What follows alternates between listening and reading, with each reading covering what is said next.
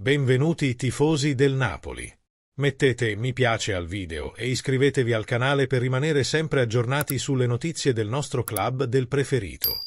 Vediamo il video. Alla fine, Osimhen ha scelto il Galatasaray. Il club turco, avendo un accordo con il giocatore, intende fare pressione sul Napoli per abbassare il prezzo, ma De Laurentiis resiste, non sentendo ragioni, e vuole la clausola rescissoria integrale. In caso contrario, il giocatore sarà costretto ad andare a Dimaro. Tra ingaggio e sponsorizzazioni, Osimhen guadagnerà quasi 20 milioni all'anno in Turchia. La prima offerta del Galatasaray è stata di 50 milioni, seguita da altri 60 milioni di bonus. Forse alla fine il Napoli farà qualche sconto pur di chiudere l'affare. Umberto Chiariello lo ha dichiarato a Radio CRC nel suo editoriale mattutino. Lang, i contratti sono pronti. Bisogna solo fissare le visite mediche. Per Beukema, 30+2 di bonus per il Bologna. Ora stiamo definendo i dettagli. Anche Juanlu Sanchez si avvicina. Il Siviglia è sceso da 20 a 17 milioni. Ora manca poco tempo. C'è un distacco minimo tra le parti. Quindi il Napoli, in ritiro, potrebbe presentare con molta probabilità 5 nuovi acquisti.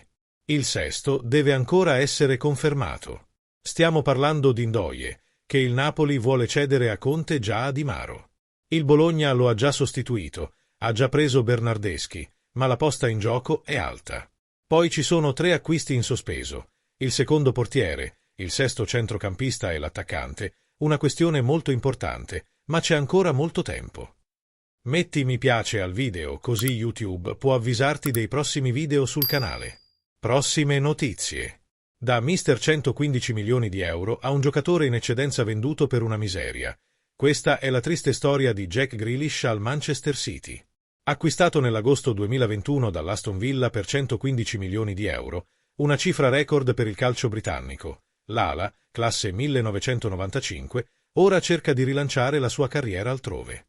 L'inglese non è mai riuscito a diventare un giocatore chiave nella squadra di Guardiola, ricevendo nel complesso più critiche che elogi. In Inghilterra si vocifera che il Manchester City svincolerebbe il giocatore per la seguente cifra, 46 milioni di euro. Resta da vedere quali club saranno interessati, poiché uno dei principali ostacoli all'accordo è l'elevato ingaggio di Grealish, 15,6 milioni di sterline. Pertanto, sarà necessario un sacrificio da parte dell'interessato per trovare un club in cui rilanciare la sua carriera. È stato anche accostato al Napoli dalla stampa inglese, ma il Napoli è interessato ad altri esterni e il prezzo del trasferimento rende improbabile che si vada oltre una semplice inchiesta. Qual è la tua opinione, tifoso del Napoli? È un buon rinforzo per il Napoli? O no? Lascia la tua opinione nei commenti. Grazie.